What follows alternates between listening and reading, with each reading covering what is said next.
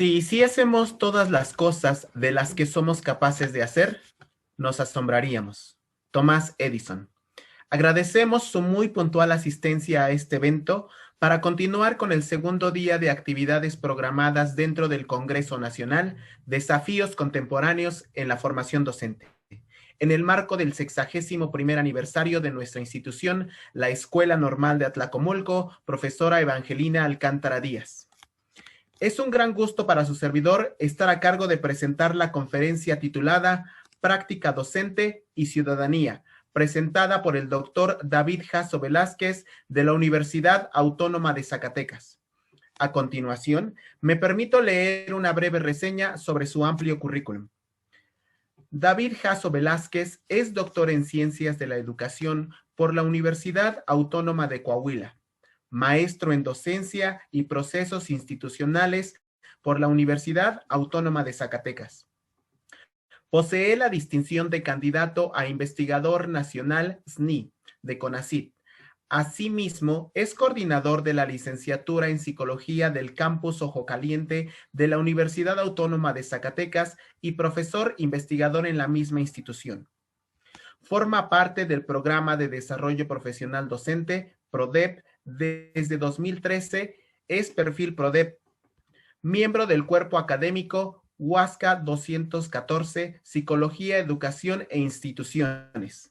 También es miembro de la Red de Colaboración de Psicología Educativa de la Cátedra de Psicología del Consorcio de Universidades Mexicanas. Ha publicado diversos capítulos de libros, libros en coautoría, artículos en revistas de investigación científica. Las líneas de investigación son prácticas de lectura, práctica docente, ciudadanía y currículum. Pues bien, sin mayor preámbulo, a continuación cedo la palabra a la doctora Cintia Barranco Huitrón, quien desempeñará el papel de moderador en esta conferencia y a su vez nos marcará la pauta a seguir. Adelante, doctora Cintia. Gracias. Buenos días, doctor Jasso Velázquez. Recibo usted un afectuoso saludo desde el frío en clima, pero con calidez humana, municipio de Atlacomulco. Es un placer para la comunidad normalista compartir con usted esta mañana de trabajo. La dinámica de trabajo se divide de la siguiente manera. Los primeros 90 minutos serán dedicados a escuchar la disertación de su parte y los 30 minutos posteriores serán de preguntas, dudas y comentarios. Es importante mencionar a nuestro público que el espacio de preguntas y respuestas es una invitación abierta que nos acompañan vía Zoom y a quienes nos siguen a través del canal de YouTube. Nuestro equipo de trabajo esta mañana se asegurará de que nos lleguen sus respuestas. Sin más preámbulo, cedo el uso de las cámaras y el micrófono al doctor Jasso Velázquez. Bienvenido una vez más. Adelante. Gracias. Muy buenos días.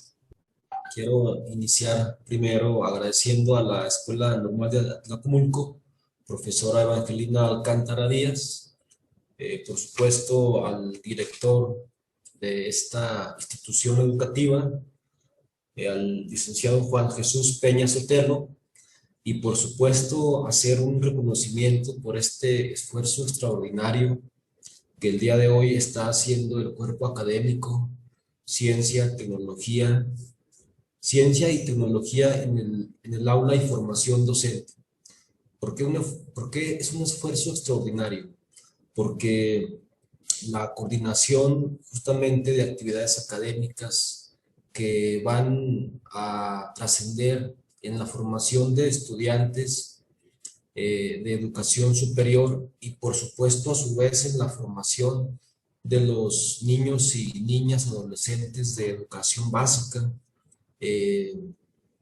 pues es justamente eso, es un esfuerzo extraordinario, un esfuerzo que requiere de una coordinación importante y eso hay que destacarlo, pues por eso mi amplio reconocimiento por este Congreso Nacional denominado Desafíos Contemporáneos en la Formación Docente, doctora Nancy Mendoza González, a la doctora Teresa Ordóñez Suárez, doctora Cintia Huitrón Barranco, al licenciado Gabriel Molina Vázquez, y por supuesto a quien me hizo la amable invitación de participar en este gran evento, al doctor Luis Macario Fuentes Favila, con quien además tengo una amistad desde hace muchos años que justamente surge a partir de la colaboración en esfuerzos académicos. Muchas gracias y buenos días a los asistentes a este Congreso Nacional. Buenos días a las autoridades de la Escuela Normal de Atlacomulco. Y vamos entonces a iniciar con la conferencia. Voy a compartir pantalla. Y ahí va.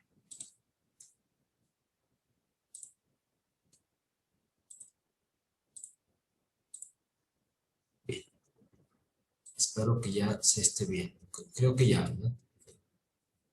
Bien. Es que ahora esta relación espectral pues trae consigo naturales desafíos, naturales dificultades, pero bueno, vamos en el camino.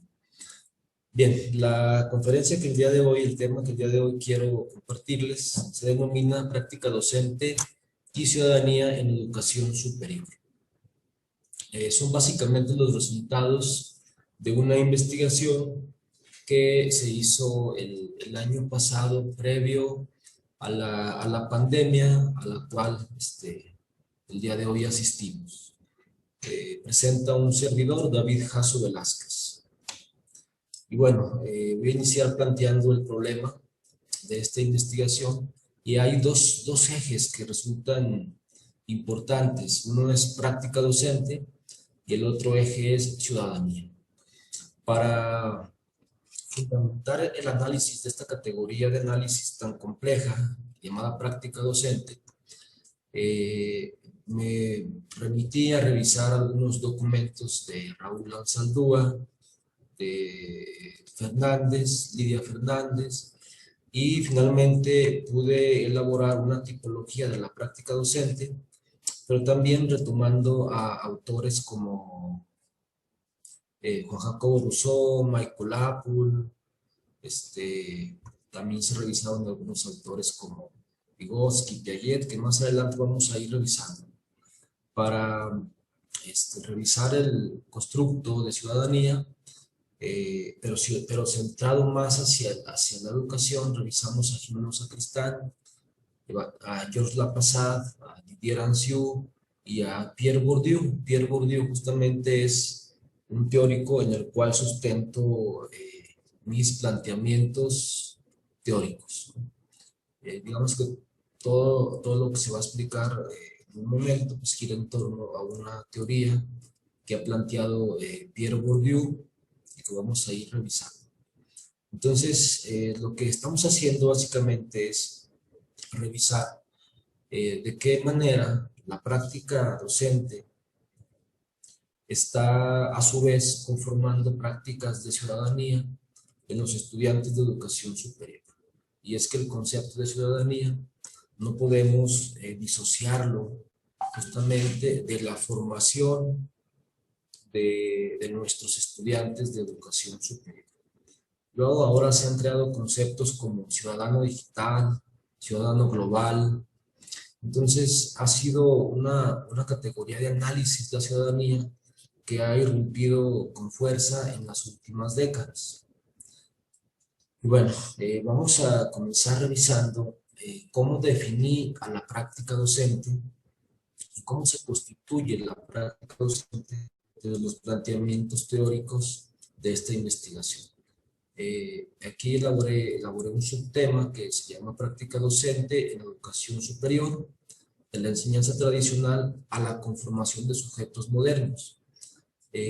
¿Por qué en educación superior? Porque justamente la investigación surge desde un interés de formación de estudiantes de educación superior. Sin embargo, entiendo que la mayoría de los asistentes a esta conferencia se están formando como docentes de educación básica. Estos planteamientos obviamente también explicarían también justamente la práctica docente, no solamente de los maestros de educación superior, sino también explicarían la práctica docente de los maestros de educación básica. Bueno, a partir pues de los dispositivos actuales, modernos, o también llamados ahora posmodernos desde la filosofía, exigen una práctica del docente universitario muy particular. Yo creo que una práctica, además de peculiar, ambiciosa, a veces exigente y demandante en el sentido que solicita del maestro lo siguiente. Se solicita del docente conocimiento sobre la materia, es fundamental. Y en ese sentido, el conocimiento sobre la materia tendría que ver de entrada con que el docente pueda seleccionar contenidos.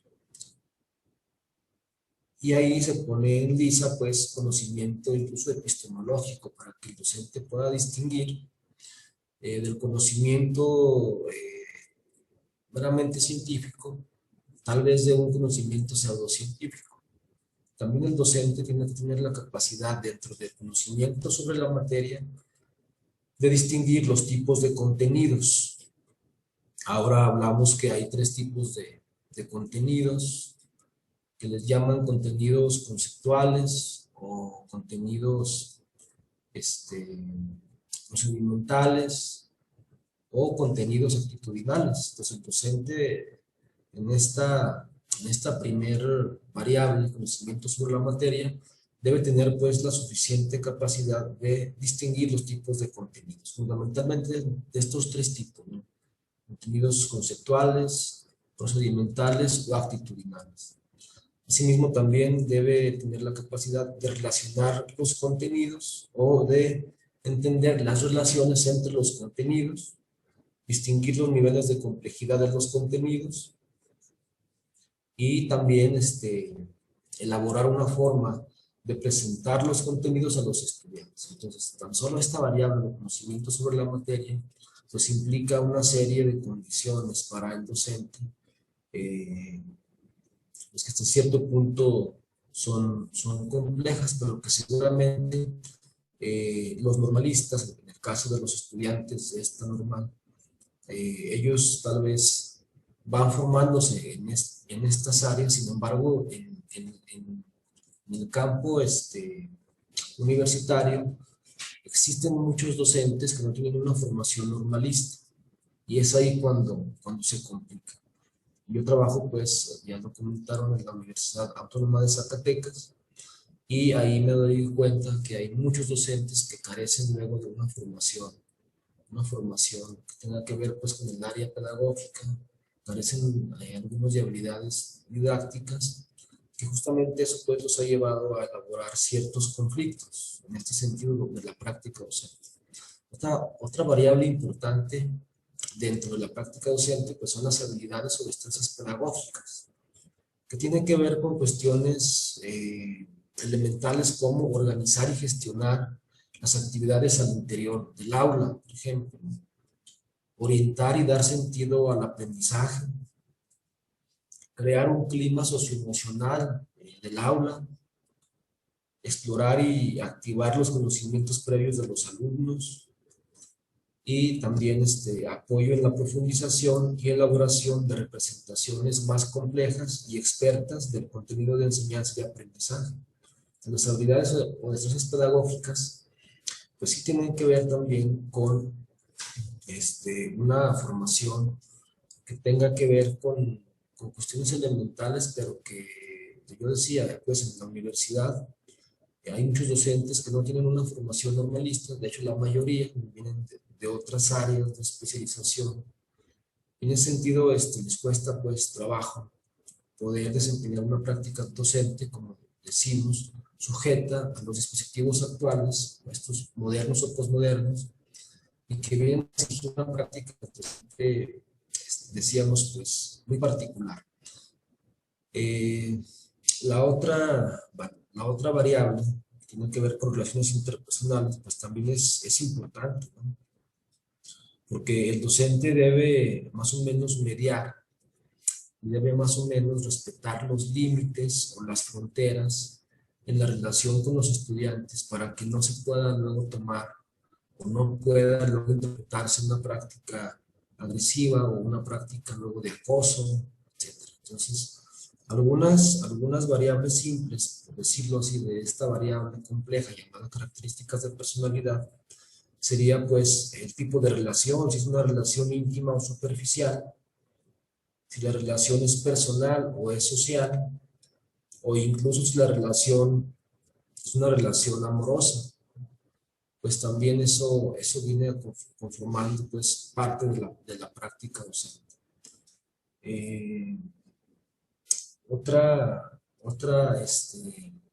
variable más sería las características de personalidad que tienen que ver con variables simples como pues, extroversión, afabilidad, rectitud, estabilidad emocional y apertura a la experiencia. Eso tiene que ver pues, con las características de personalidad que también forman parte de la práctica docente, que si queremos conocer la práctica docente en profundidad, pues también deberíamos conocer estas características de la personalidad del docente.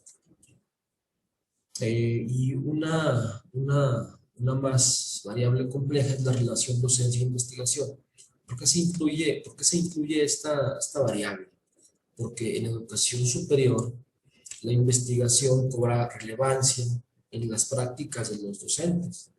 No así en educación básica, sin embargo parece que ahora la misma inercia del sistema educativo mexicano está luego llevando mucho a los docentes de educación básica a estudiar posgrados. Y justamente en estos posgrados exigen a los docentes hacer investigación. Entonces, aunque en educación básica no es por decirlo, una práctica obligada a hacer investigación, muchos docentes ya están comenzando incluso a llevar a efecto prácticas de investigación o procesos de investigación, ya sea para mejorar la propia práctica o para conocer un poco más los fenómenos que rodean al sistema educativo o al mundo de la educación. En ese sentido, pues, este planteamiento de relación docencia-investigación no es privativo de la educación superior, por las características, pues, que ahora va cobrando la educación básica. Sin embargo, en la educación superior sí es una condición necesaria, o incluso más que necesaria, es una condición pues que todos los docentes de educación superior deben llevar a efecto. Entonces, cuando hablamos de relación docencia-investigación, pensamos pues que las características tienen que ver con lo siguiente: el docente debe ejercer el poder para ayudar al estudiante. El docente debe construir una práctica congruente con su posición ante el mundo. El docente debe elaborar un discurso educativo todos los días, entregar sus propios ojos, sus vivencias, sus conocimientos para que los estudiantes investiguen la realidad con ahínco y profundidad. El docente debe construir teorías respetando el vientre cultural. Debe también el docente construir valores, apostar a la efectividad hacia sus alumnos, luchar contra la rutina, compartir con los miembros de la comunidad educativa sus construcciones científicas, que es justamente lo que ahorita estamos haciendo. Estamos luego un poco compartiendo a partir de esta conferencia lo que hemos analizado, lo que un servidor ha investigado o ha revisado, ¿no? Formar conciencia crítica y formar con otros docentes, investigadores, grupos de pensamiento. Entonces, cuando hablamos de relación docencia-investigación, no solamente nos referimos a que el docente haga investigación, sino que también nos referimos a que a partir de la investigación el docente pueda replantear condiciones o pueda replantear prácticas concretas al interior del aula. Por eso, por ejemplo, yo veo acá en el Sistema Nacional de Investigadores, a los docentes se nos exige pues que tengamos algunas horas frente a grupo, que no solamente hagamos investigación, que tengamos horas frente a grupo, que tengamos pues la posibilidad de formar recursos humanos, así es como le llaman ellos. Entonces, esa relación docencia-investigación es importante. Digo, no debe quedar solamente en el dato, o en el dato duro o frío, sino que ese dato duro o frío que puede recogerse con una investigación, nos lleve justamente a formar o a preparar alumnos críticos. Y el último eslabón aquí, el último eslabón o la última variable compleja sería la planificación docente, que tal vez ahí ustedes pueden tener más datos que yo por la formación que tienen, pero lo que yo intenté hacer en esta investigación es reducir la planificación docente a algunas variables simples que son las siguientes. El docente debe tener la capacidad de establecer objetivos.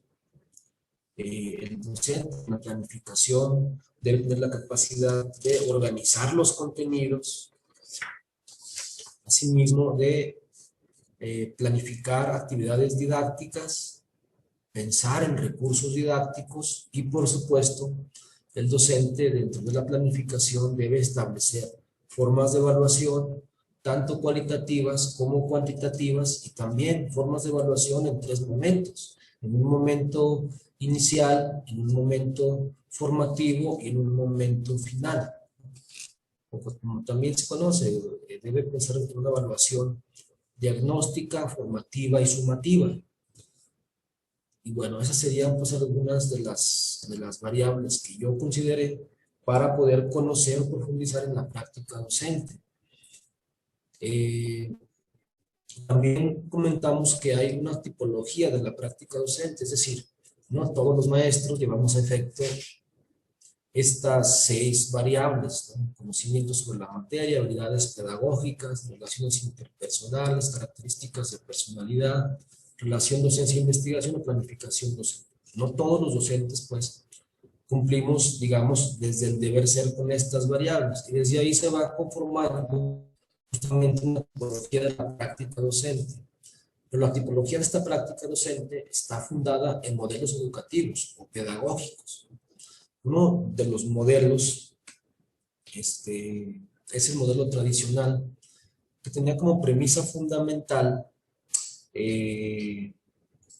esta idea del magister dice, o del maestro, el maestro tiene la palabra, o el maestro es quien tiene siempre la verdad absoluta, y es un modelo pues que se va conformando pues históricamente, más o menos viene conformándose desde el cristianismo, incluso desde el siglo I, II, más o menos después de Cristo. Es un modelo pues con cuestiones muy particulares que fueron justamente trascendiendo hasta más o menos el siglo pasado. Entonces todavía hay docentes en nuestra década que siguen todavía muy sujetos a este tipo de práctica docente tradicional. Otro modelo es el modelo escuela activa o escuela nueva. En este modelo, que más o menos está fundado en las premisas de Juan Jacobo Rousseau, por ejemplo, o de Montessori.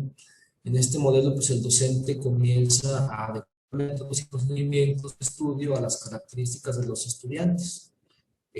Más o menos es la evolución que siguió pues, los modelos de tradicional. Pasamos a este que se llama escuela activa o escuela nueva, y justamente también se conforma una práctica en este sentido. Vamos a ver más adelante, cuando veamos los resultados de la investigación, vamos a revisar justamente en los sujetos que fueron la muestra de mi población. Vamos a revisar qué tipo de prácticas se fueron conformando, si una tradicional, si una práctica ligada a la escuela nueva, o una práctica tecnocrática o didáctica crítica o constructivista.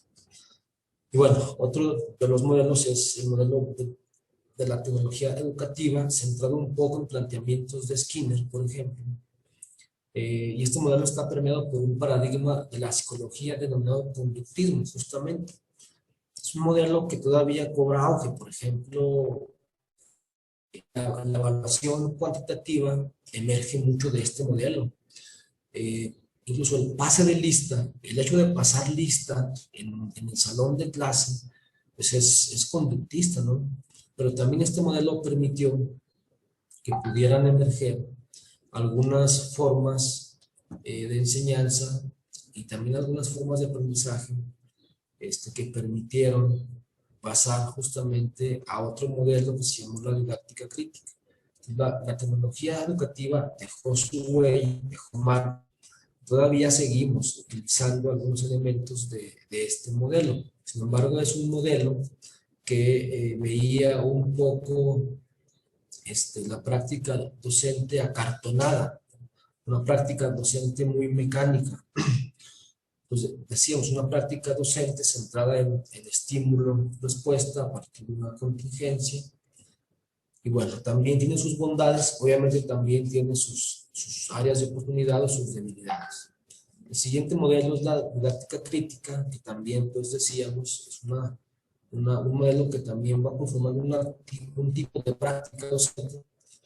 Y este modelo, centrado en planteamientos de Michael Apple, nos dice que el valor formativo de la institución escolar deberá estar ligado a la actividad social que el alumno y el profesor logren desplegar como sujetos sociales. Y esto es importante porque en la investigación lo que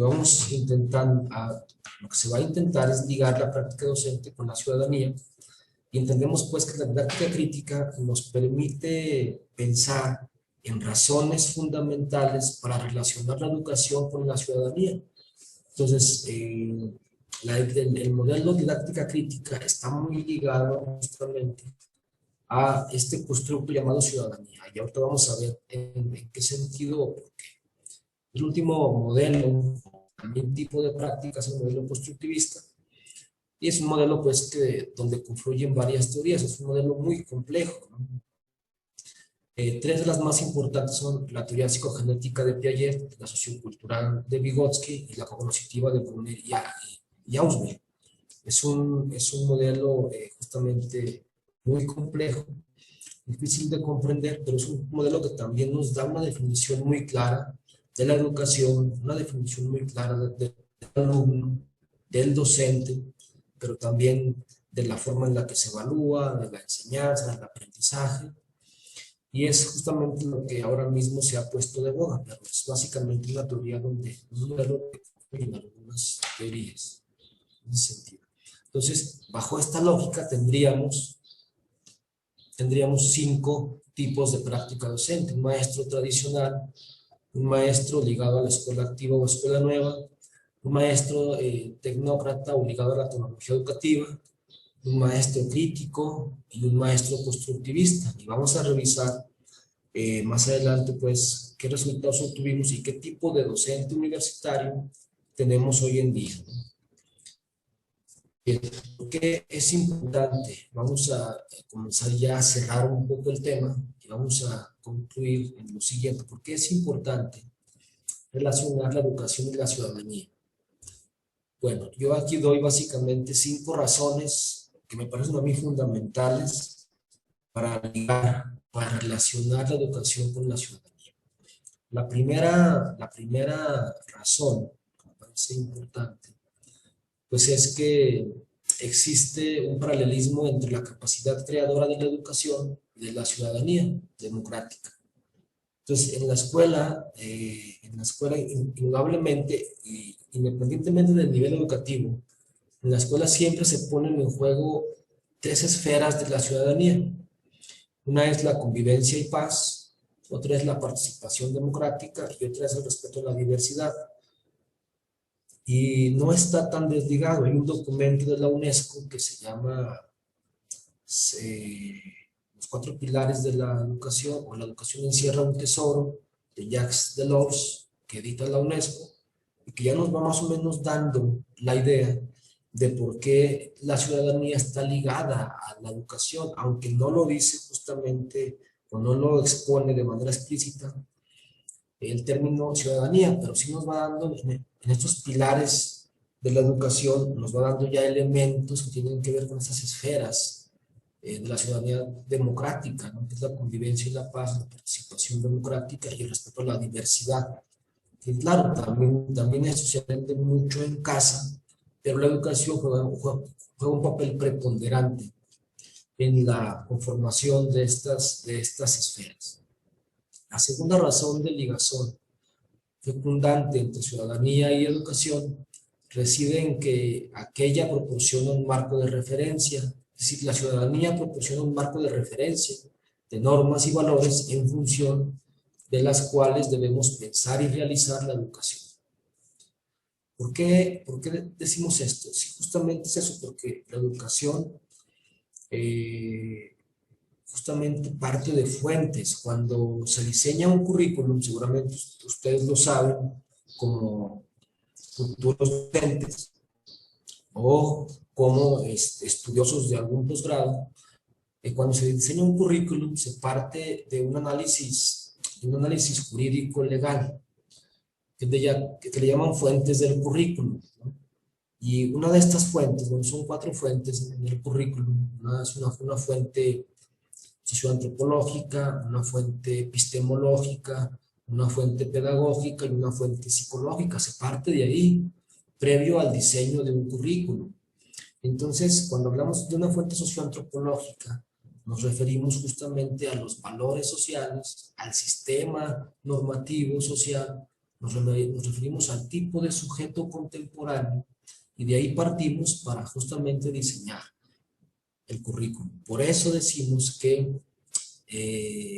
la ciudadanía conforma un marco de referencia para la educación.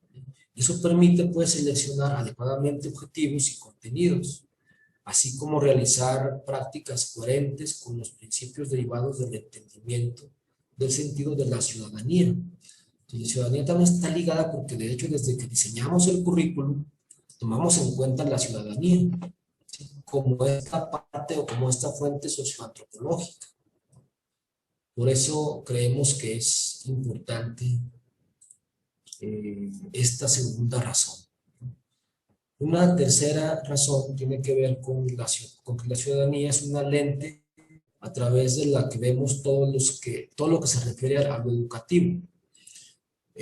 Tiene pues una relación con la segunda razón, esta premisa que comentamos acá. Y justamente pues en la escuela formamos a los estudiantes para que conozcan o para que puedan integrarse de manera funcional a un mundo social. Una cuarta razón es que la ciudadanía ha de ser reconstruida dentro de los marcos políticos, económicos y culturales de un mundo globalizado. Ahora esta palabra de globalización, palabras como neoliberalismo, han cobrado auge en nuestro contexto político-social actual. Y bueno, desde ahí se ha conformado también un término llamado ciudadanía global. La ciudadanía global se refiere básicamente a que un ciudadano global es aquel que busca continuamente profundizar su conciencia sobre su lugar y responsabilidad local y obviamente global en un mundo cada vez más interconectado. Aquellos que se solidarizan con otros en la búsqueda de un planeta sostenible y un mundo más humano.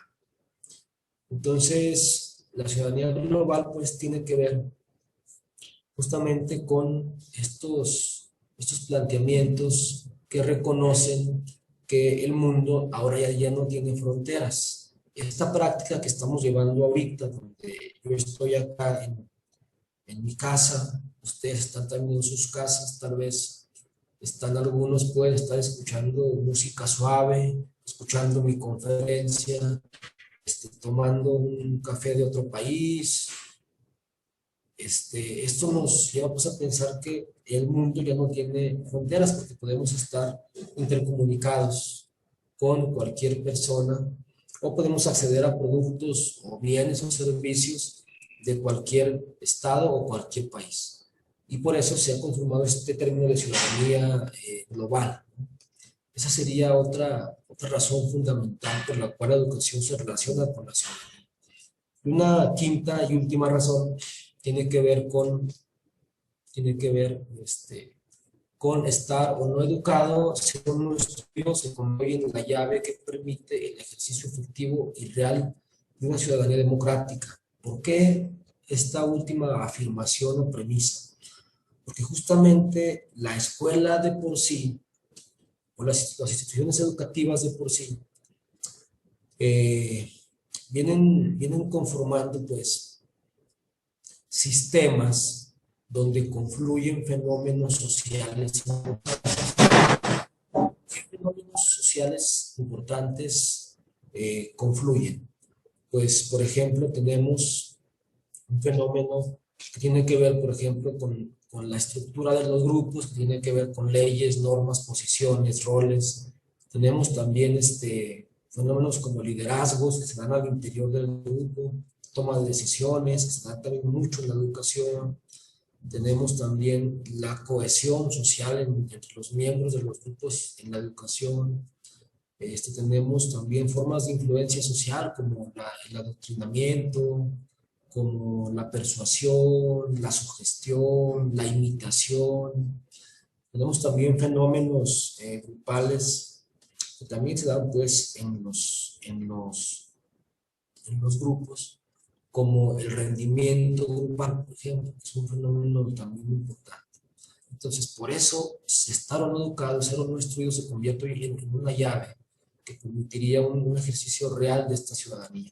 Pero también para eso necesitamos que los docentes conformen una tipología de práctica centrada en una pedagogía crítica y constructivista. Eso sería también importante. Eso permitiría, pues, que vayamos construyendo este tipo de ciudadanos o de sujetos que pueden llevar a efecto esta ciudadanía democrática. Esas serían pues las cinco razones para ligar la educación con la ciudadanía en esta tesis que hoy planteo acá. Vamos ahora más o menos a definir más o menos cómo podemos explicar qué es la ciudadanía, pero desde la teoría de Pierre Bourdieu, desde lo que conocemos como hábitos, práctica, cultura e ideología de la ciudadanía. Por eso podemos pensar en que habría un hábitus ciudadano o habría prácticas ciudadanas, ¿no? Cuando hablamos de un hábito ciudadano, nos remitimos necesariamente pues a la teoría de Bourdieu y vamos a explicar qué es un hábito. No es un concepto sencillo, tampoco se refiere al hábito, por ejemplo, ¿no? El hábitus no son los hábitos. Es un constructo teórico que elabora Pierre Bourdieu. Entonces, la ciudadanía tiene relación, pues, os explicaría más bien desde esta teoría por lo siguiente. La teoría de Bourdieu habla de los campos y los capitales, y entonces Bourdieu explica que un campo es una estructura social, ¿sí? Como la escuela, por ejemplo, puede ser una estructura social. Incluso el transporte público, el camioncito al que nos subimos para ir de un lugar a otro, puede ser también una estructura social dada en determinado momento. Puede ser también un campo. En nuestro trabajo, pues también es un campo, porque es una estructura social. Nuestra familia también sería un campo, ¿no? Bajo este sentido. Y una estructura social o los campos se conforman a partir de capitales. Tres, fundamentalmente, un capital social que tiene que ver con la red de relaciones o con la interdependencia que tiene el sujeto con otros sujetos. Tiene que ver con el capital económico y tiene que ver también con el capital cultural. Y estos tres capitales pues van conformando una red de relaciones estructuradas en determinado campo concreto. Y eso le da al individuo una posición en los grupos, en los campos donde más o menos ejerce algunas prácticas. Y estos capitales pues van generando más o menos espacios sociales de conflictos, porque siempre se genera un subordinado o un subordinante en los campos, siempre va a ser de esta forma. Entonces, estos tres campos conforman un cuarto capital llamado capital simbólico, que Pierre Bourdieu lo llama capital simbólico. Entonces, estos campos funcionan más o menos como una especie de pilas, de fichas, por ejemplo, Imaginemos que estamos, por ejemplo, en un juego de azar y tenemos pilas de fichas donde vamos a estar apostando estas fichas de acuerdo a cómo percibimos el juego, ¿no? El juego de azar. Entonces, pues estas pilas de ficha tienen un volumen, tienen una estructura, incluso hasta un color que les dan un valor determinado. Entonces, dependiendo, más o menos dependiendo de qué tanto capital social, qué tanto capital económico o cultural tenga un sujeto, va a elaborar un capital simbólico. Porque la estructura y el volumen del capital social nunca va a ser igual al cultural o nunca va a ser igual al económico. Y eso pues nos permite elaborar un capital simbólico diferente. Por eso pues pensamos diferente o somos justamente sujetos sociales diferentes. Y eso nos da o nos conforma esto que llamamos hábitos. Son hábitos pues es el producto del campo y los capitales y justamente el resultado del capital simbólico. ¿Qué es el hábito? Pues el hábito son esquemas de percepción y acción. Es decir, el hábito nos permite percibir el mundo social en el cual estamos insertos, pero también nos permite elaborar prácticas más o menos conscientes o inconscientes. También el hábitus es una estructura estructurante que puede ser estructurada, es decir, el hábitus no está dado para siempre, se puede ir cambiando, ¿no? Por ejemplo, un joven que nunca ha ejercido un liderazgo real, si en la escuela, porque a lo mejor en casa, justamente sus padres nunca han promovido o nunca lo han tomado en cuenta para que tome decisiones o participe en actividades familiares donde se requiere de un liderazgo. Entonces este sujeto tiene justamente un hábitus que le impide llevar prácticas de liderazgo, por decirlo. Pero si en la escuela el docente, diario en sus clases, o una clase al día, le pide a un chico que coordine alguna actividad, o el docente pide la palabra una vez o diario en sus clases, una vez a cada estudiante, pues va a ir más o menos propiciando que este hábitus, que esta estructura estructurante pueda reestructurarse, ¿no? Y pueda entonces este chico ir más o menos cambiando este capital simbólico. Por lo tanto, estos esquemas de percepción y acción. Entonces el hábito es un principio por lo cual lo social es interiorizado, las estructuras subjetivas concuerdan con las objetivas y se establecen así prácticas, en este caso pues prácticas de ciudadanía. Por eso la escuela o la práctica docente es fundamental porque va a propiciar justamente estas prácticas ciudadanas a partir de que el docente elabore estas prácticas docentes efectivas planteadas desde esta tipología que decíamos que tiene que ver con la didáctica crítica y también con el constructivismo.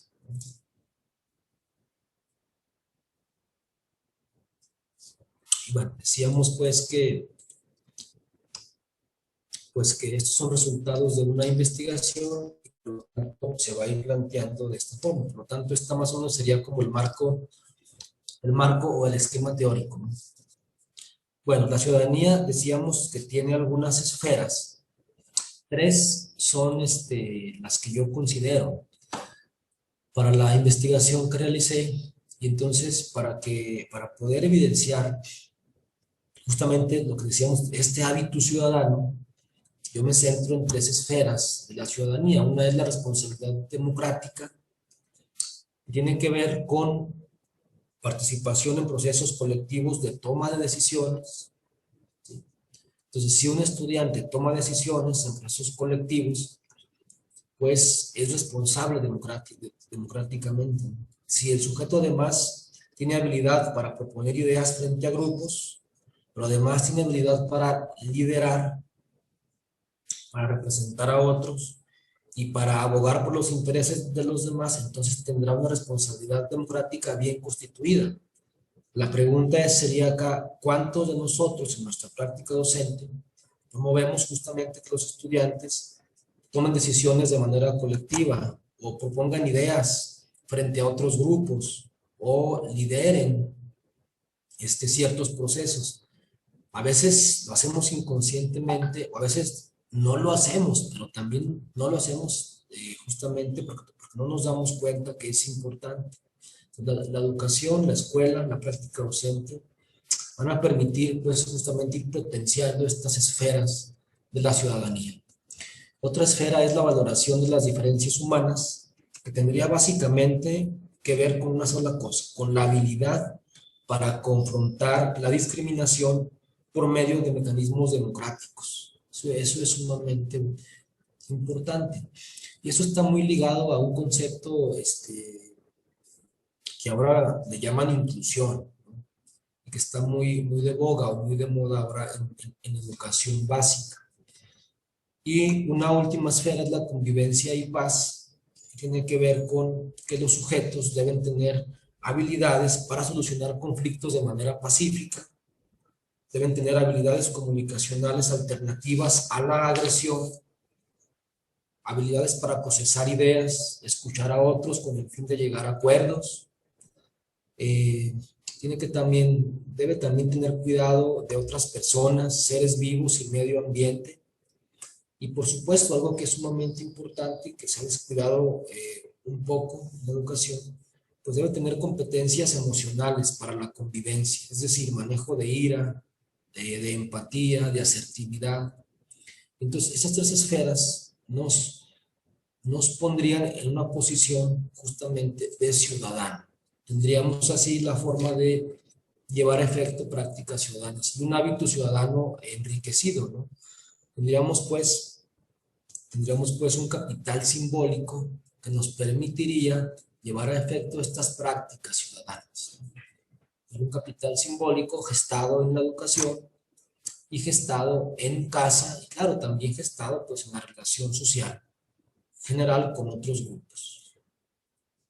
Bien, entonces, a partir de aquí surge una interrogante principal, que más o menos ya se fue más o menos contestando teóricamente. ¿Qué atributos caracterizan la práctica docente en educación superior? Pues ya los dijimos.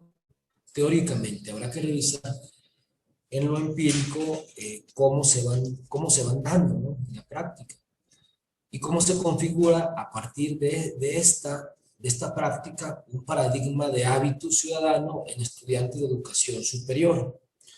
Bueno, esa es la interrogante que más o menos vamos ya contestando desde la teoría, pero tenemos que ver resultados pues pragmáticos, prácticos, empíricos para revisar cómo se da en la realidad, cómo estos fenómenos de la práctica docente y de la ciudadanía se van configurando en la realidad.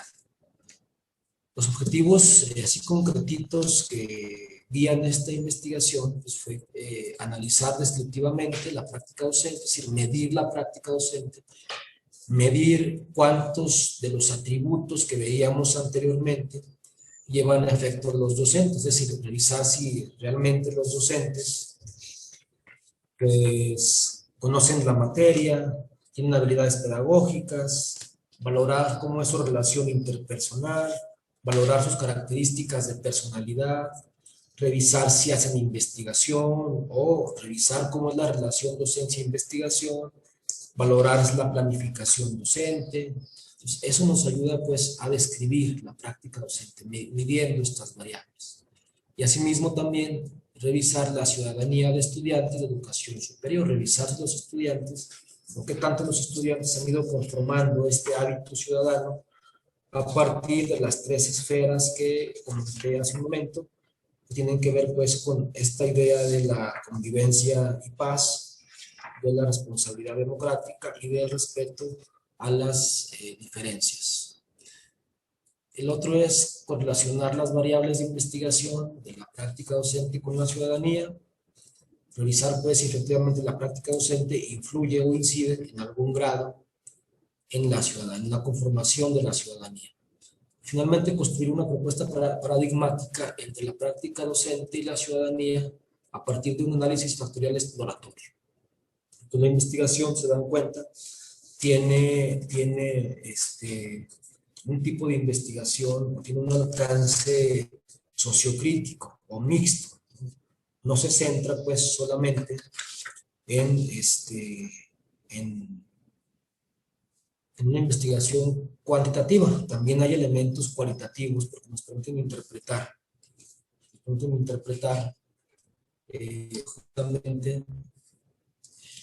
la práctica docente y la ciudadanía, pero también explicarlas e interpretarlas desde una visión y versión creativa y ajustada también al contexto. Bien, quiero justamente antes de revisar los resultados, pues comentarles que la ciudadanía es una invención o es una forma inventada de ejercer la socialidad de la persona en el seno justamente de una sociedad jurídicamente regulada que conjunta y garantiza a los individuos unas ciertas prerrogativas como la igualdad, libertad, autonomía, justicia y derechos de participación. Entonces, la importancia del constructo ciudadanía, desde la preocupación con la que aquí abordamos, estriba en que implica definir al individuo como sujeto y verlo en relación a los demás, porque son sujetos determinados los que actúan como ciudadanos. Además, cuando percibimos al ciudadano como sujeto, o al individuo como sujeto, pues tenemos que ligarlo necesariamente a esta teoría de Pierre Bourdieu, del hábitos, ¿no? Entonces, la ciudadanía también va ligada a la aparición de los estados modernos, en cuyo contexto se definen y ejercen los deberes y derechos ciudadanos. Es decir, que está ligada al reconocimiento de una determinada comunidad de vida social que es política y regulada jurídicamente. Tiene pues una doble cara, la cara individual y la cara grupal o comunitaria. Y también la ciudadanía tendría en ese sentido un doble significado. Uno apela a su condición jurídica de origen latino como reconocimiento formal de los derechos de las personas, de carácter más político, y otro que entiende al ciudadano como partícipe de la sociedad, orientación que arranca de la tradición griega y que se ha desarrollado sobre todo en la tradición más comunitaria del republicanismo, que justamente esta es nuestra idea de ciudadanía, no tanto esta idea jurídica o esta idea política que es más orientada hacia el pensamiento liberal, sino más bien esta idea comunitaria del republicanismo, de la ciudadanía ligada a la sociedad, ¿no? Ligada al ciudadano como partícipe de la sociedad. En ese sentido, pues, la condición de la ciudadanía parte de la premisa de la idea de igualdad entre los seres humanos. Surgen aquí algunas preguntas, como ¿qué significa esta cuando lo más evidente desde el punto de vista empírico son las desemejanzas entre ellos? En la escuela, como en la vida y en la sociedad, la diferencia y la desigualdad son fácticas, es decir, pertenecen al reino de las realidades y de los hechos que nos vienen dados. La igualdad de la ciudadanía, entonces, pertenece a la idealidad. Es contrafáctica, es un noble mito. Es decir, estas ideas de la ciudadanía, donde hablamos de las tres esferas que decía hace un momento, pues parecen un ideal o una utopía según lo que estamos analizando. Entonces aquí pues nos llama un imponente reto, el reto de la reconstrucción de esa contrafacticidad para hacerle compatible con la idealidad. Ante esta misión se nos plantean algunas preguntas que nos inquietan. ¿Qué poder tiene la educación institucionalizada de invertir los hechos que la sociedad real son contrarios al modelo real de ciudadanía? Esa pregunta es importante y está justamente ligada a las respuestas que vamos a dar más adelante, pero que también ya venimos dando teóricamente. ¿Cómo hacerlo en lo que les sea factible actuar? ¿Qué significa la igualdad al lado de la libertad individual y de la fraternidad inherentes a la idea del ciudadano? Cuando sometidos a la evidencia de lo fáctico, vemos cómo se abandona la utopía de la igualdad. Finalmente, entender las formas de la igualdad ante la evidencia de de la diferencia y los valores de la individualidad. Estas preguntas, pues, son preguntas que se van a quedar pues en el tintero porque requieren de un análisis profundo, requieren de un análisis cualitativo, sociocrítico, pero más hacia lo cualitativo. Y entonces estas preguntas más bien van a dar pie para hacer otra investigación, ¿no? Son dudas pues que se van contestando, pero no en profundidad en esta investigación, porque son preguntas más bien cualitativas, ¿no? Y no preguntas que se pueden contestar con números. Entonces estas preguntas tal vez están dando pie para seguir con una investigación de índole tal vez más cualitativa. Y bien, vamos ahora pues a revisar justamente sería nuestra hipótesis que de alguna manera respondería a estas preguntas, pero respondería de manera más concreta a los objetivos que tienen una, decía yo, que tienen una connotación más bien sociocrítica o mixta. La práctica docente constituida por A, conocimientos sobre la materia, B, habilidades o destrezas pedagógicas, C, relaciones interpersonales, D, características de personalidad, E, relación docencia-investigación y F, planificación, organiza o propone las bases para la construcción de responsabilidad democrática, valoración de las diferencias humanas y convivencia y la paz, lo cual se traduce como un capital de prácticas de ciudadanía o desde Bourdieu como hábito ciudadano. Por lo tanto, cuando las prácticas docentes se fraguan desde lo más cercano al deber ser, promueve y propicia la configuración de un sujeto con una ciudadanía. Esa sería más o menos la hipótesis planteada, ¿no? Sería, sintetizada sería, la práctica docente organiza o propone las bases para la construcción de prácticas de ciudadanía o de un hábito ciudadano. Esa sería la hipótesis así concreta y tal vez resulta o aparentemente puede verse simple, pero en realidad conlleva un sentido más bien complejo. El método de estudio, se usó un método de estudio para esta investigación, pues fue transversal desde un enfoque sociocrítico, porque decíamos que este paradigma o este enfoque sociocrítico retoma elementos del positivismo, pero también retoma elementos de un paradigma interpretativo, los une, los combina y entonces nos da como resultado un enfoque mixto que nos permite medir, pero no quedarnos con el número, sino ir más allá de la medida, ir más allá de la simple medida fría. Nos permite pues interpretar, encontrar causas y consecuencias de los fenómenos. Por eso el enfoque es sociocrítico y el tipo de investigación es explicativa, que justamente va ligada a este paradigma llamado sociocrítico. Es explicativa pues justamente porque va pasando por ser una investigación descriptiva, correlacional y luego cierra pues siendo explicativa porque propone algunas formas de entendimiento que van más allá del número. La población y la muestra fueron 215 estudiantes pues, de un campus, la universidad acá en Zacatecas, la UAS, tiene 6 campus. Yo hice esta investigación en un campus pequeño que se encuentra en un municipio llamado Ojo Caliente, acá en Zacatecas. La muestra fueron 106 alumnos, y bueno, dijimos que fue una unidad académica de psicología en un campus. Se diseñó un instrumento de 79 ítems, 58 miden la práctica docente, y justamente miden estas variables que ya hemos explicado, y 21 ítems miden la la práctica ciudadana. En total, pues nos dan 79 ítems.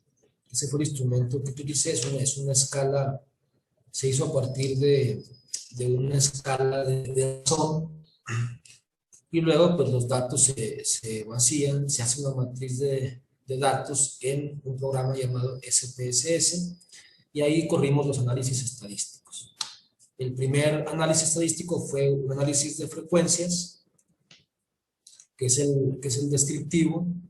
El segundo fue un relacional y el tercero un factorial exploratorio, que este es el más complejo y que para llegar a este análisis factorial exploratorio deben cumplir los datos obtenidos o recolectados ciertas condiciones. No todos los resultados son propicios para hacer un análisis factorial de este tipo. Una condición importante para llegar a este tipo de análisis es que debe haber una correlación importante entre cada eje, en este caso entre práctica ciudadana y práctica docente, pero también debe haber una correlación muy cercana entre cada uno de los ítems. Si eso no se da, entonces ese análisis tal vez no nos daría muchos datos o no sería factible hacerlo.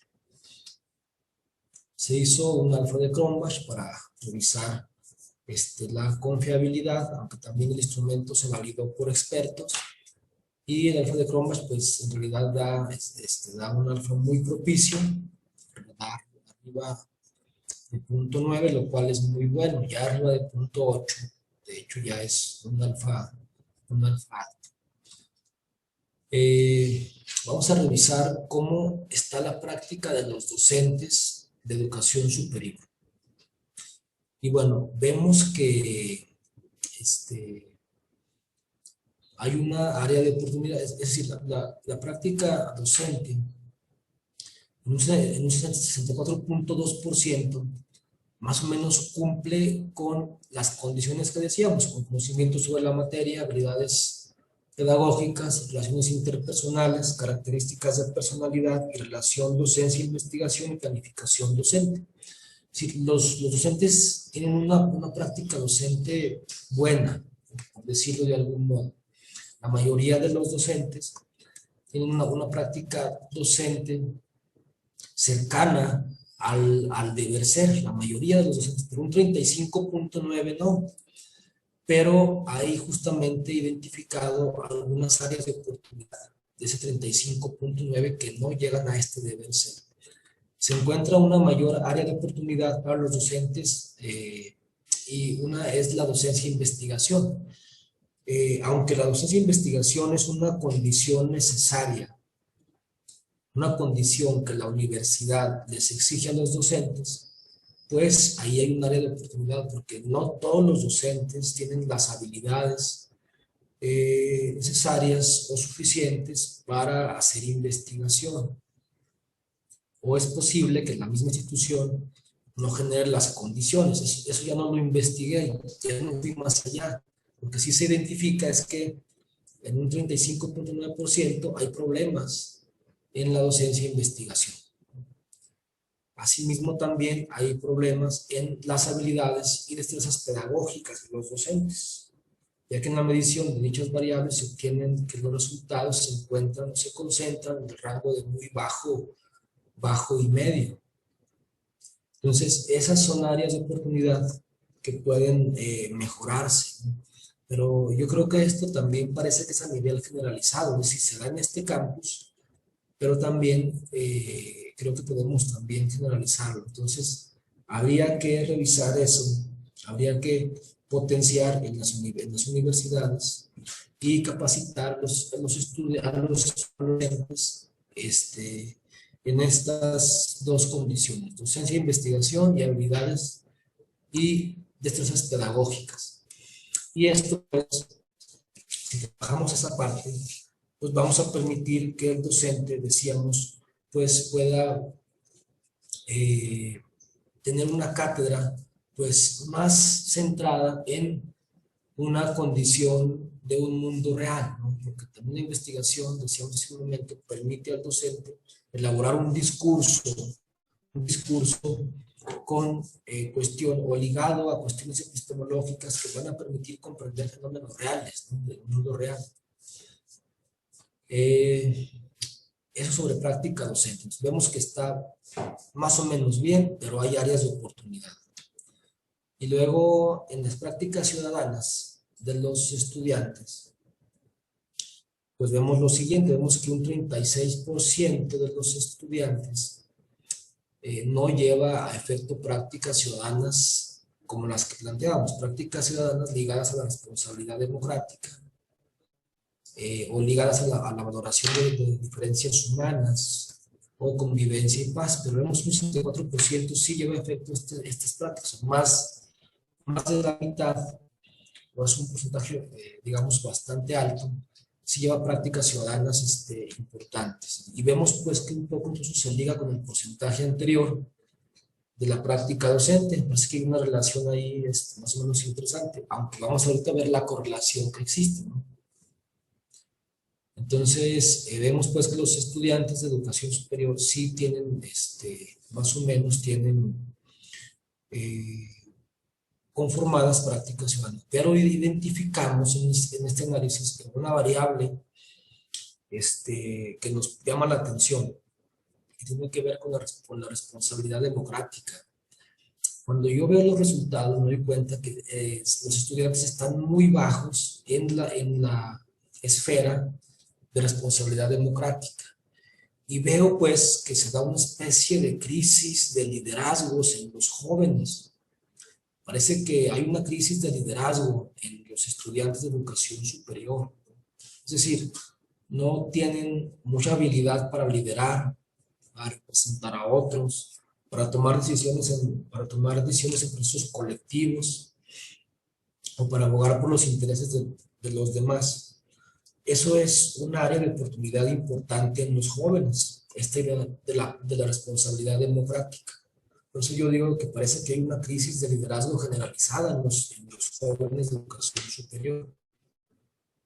No así, parece que en convivencia y paz sale alto y también en valoración de diferencias humanas también salen un poco alto. Así es como se comportan pues las prácticas ciudadanas de los estudiantes de educación superior. Cuando hacemos la correlación de la práctica docente con la ciudadanía, vemos el coeficiente de correlación de Pearson y nos da una correlación de moderada a media, ¿no? Y es positiva. En toda la correlación va a ser positiva, ¿sí? Porque está por encima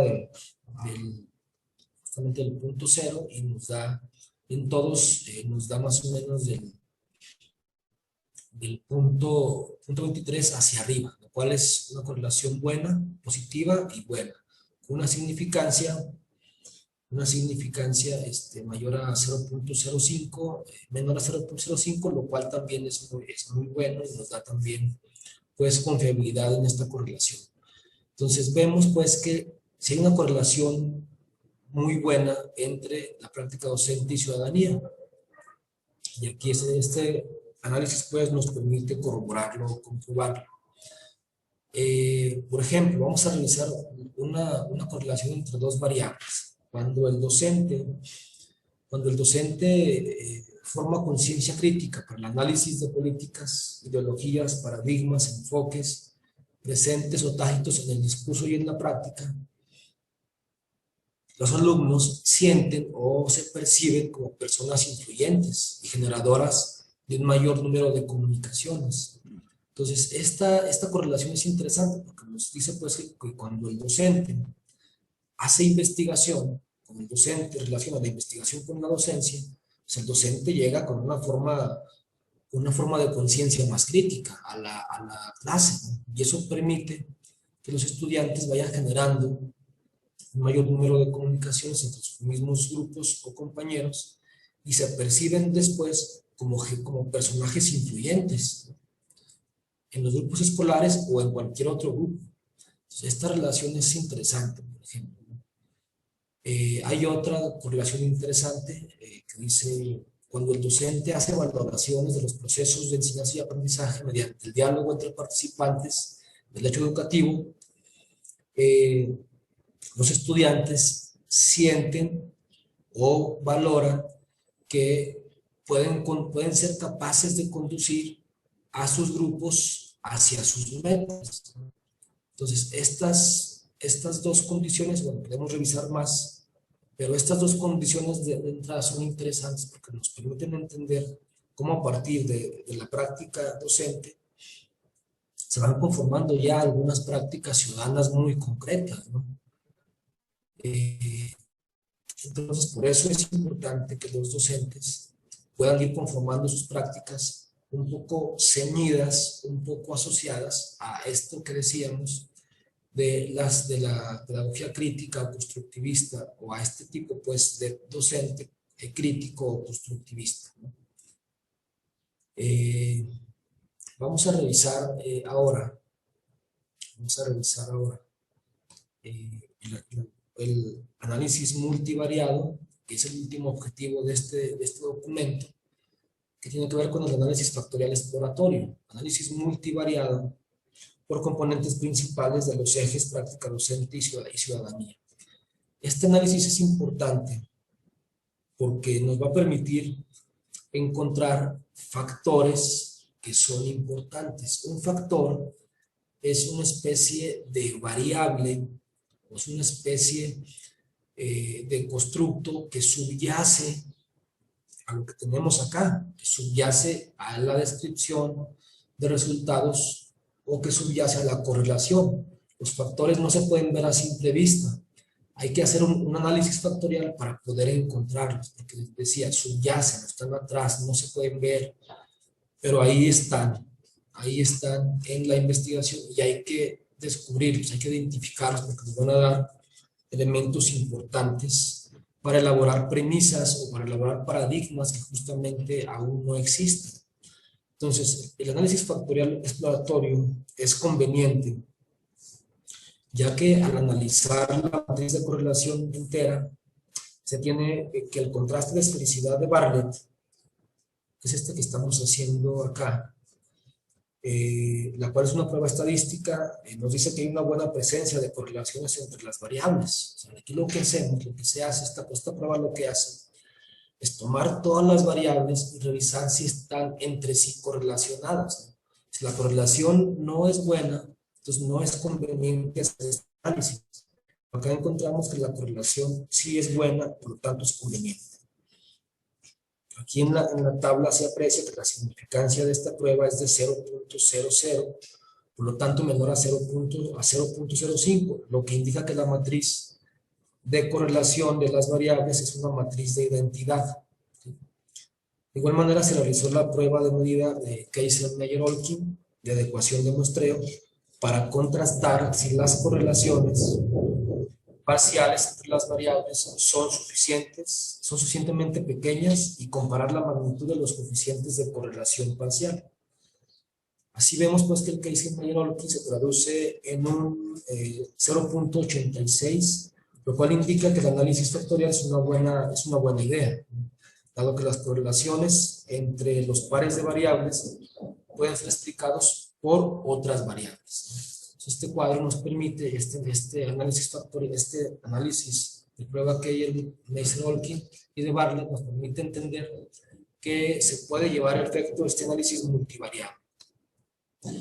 Y encontramos los siguientes factores. Un factor que se llama liderazgo y participación democrática y se compone a partir de estas variables simples, ¿no? Vemos, por ejemplo, en estas variables simples, este factor que se llama liderazgo y participación democrática, lo componen estas variables simples, ¿no? En tus grupos te perciben como la persona más influyente, generadora de un mayor número de comunicaciones, consideras que tienes la capacidad y disposición para ser portavoz a favor de otros, te han considerado como jefe de algún grupo, recibes el apoyo de los miembros del grupo y tienes la capacidad de influirles de forma positiva, conduces hacia sus metas, consideras que tienes la capacidad y disposición para confrontar comportamientos sociales que separen y consideren inferiores a las personas por su raza, clase social, sexo, religión u otros motivos ideológicos. Y cuando se produce un enfrentamiento, una pelea, una lucha, una discusión, tienes la capacidad y disposición para resolver de manera pacífica. Estos ítems, estas variables simples, conforman pues este factor llamado liderazgo y participación democrática. Lo que nos explica que de los 28 ítems que conforman el apartado de ciudadanía, estos son los más representativos, son los que más influyen. Es decir, que si queremos conocer la práctica ciudadana de los estudiantes, esto nos explicaría todo. Y esto explica el fenómeno en casi más o menos un 30%. O sea, si yo me centro en estas variables y explico el fenómeno a partir de esto, lo explico en un 30% más o menos, lo cual es muy bueno, ¿no?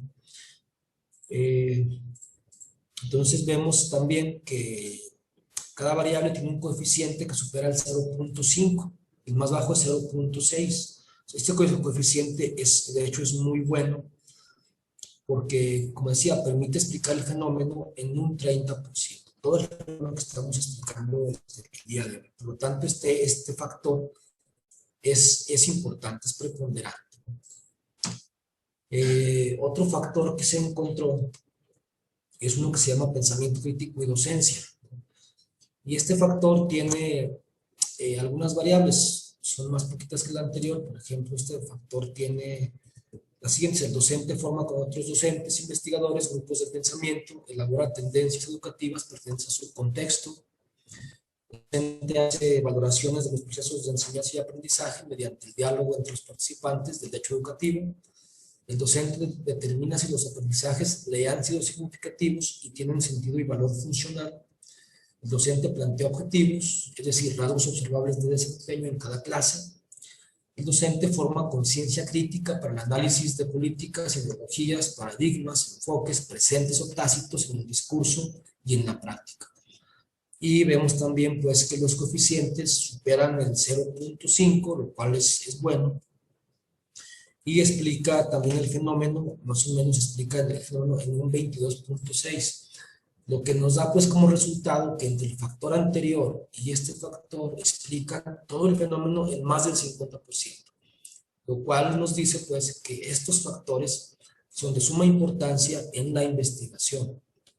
Y que podríamos pues pensar en hacer otra investigación, pero solamente centrada ya en el liderazgo y participación democrática y en el pensamiento crítico y docencia. Estos factores nos permiten elaborar una propuesta paradigmática, porque yo decía que el análisis factorial exploratorio permite elaborar paradigmas, ¿no? O elaborar una propuesta paradigmática.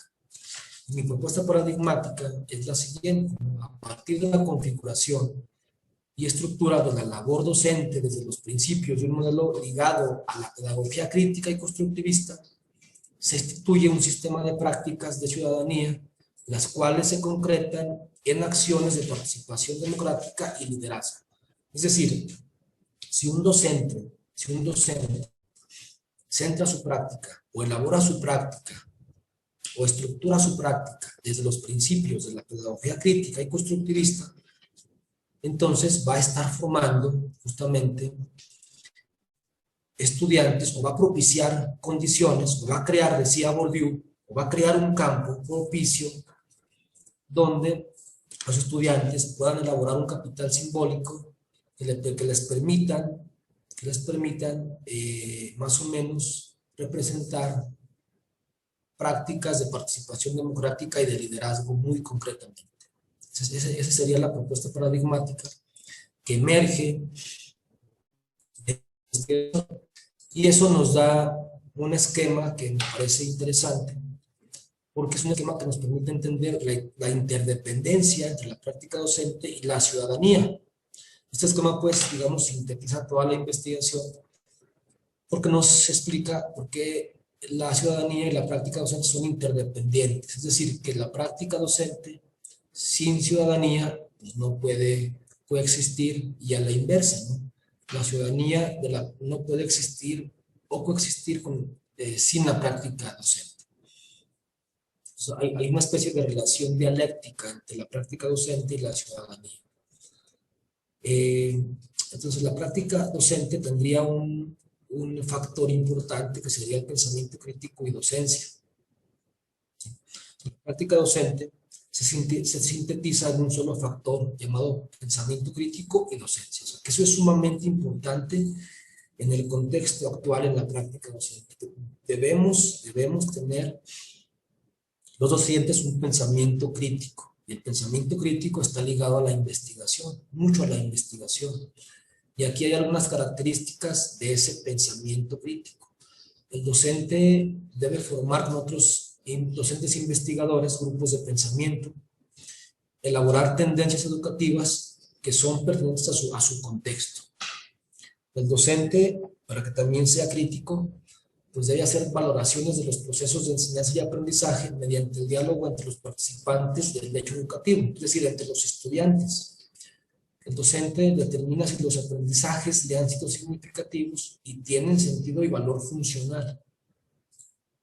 El docente plantea objetivos en cada clase y el docente forma conciencia crítica para análisis de políticas, ideologías, paradigmas, enfoques presentes o tácitos en el discurso y en la práctica.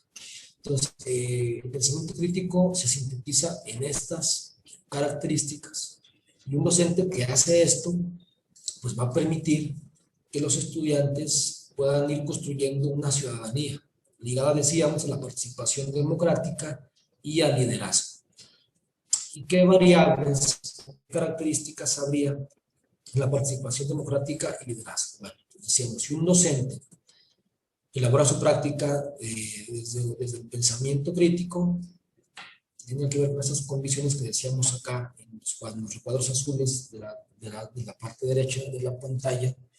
Entonces va a propiciar que los estudiantes pues sean influyentes y generen un mayor número de comunicaciones, los estudiantes sean portavoces a favor de otros, sean jefes de algún grupo, conduzcan a sus grupos hacia sus metas, confronten comportamientos sociales que separen y consideren inferiores a las personas y también resuelvan problemas de manera pacífica.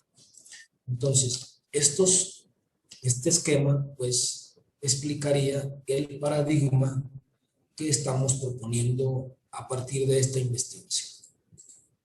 Estos dos factores, pensamiento crítico y docencia, y participación democrática y liderazgo, pues no los conocíamos cuando empezamos la investigación, porque decíamos que subyacen, no se pueden encontrar a partir de una medición descriptiva o correlacional. Tendríamos que hacer un análisis factorial exploratorio para poder encontrar qué es lo que más se destaca pues en la investigación, y encontramos estas dos condiciones. De la práctica docente, lo que más se destaca es el pensamiento crítico ligado a la investigación, que justamente veíamos en la mención o en la descripción de los datos, que es justamente donde hay una mayor área de oportunidad en el pensamiento crítico y en la investigación. Por lo tanto, habría que fortalecer mucho esta parte.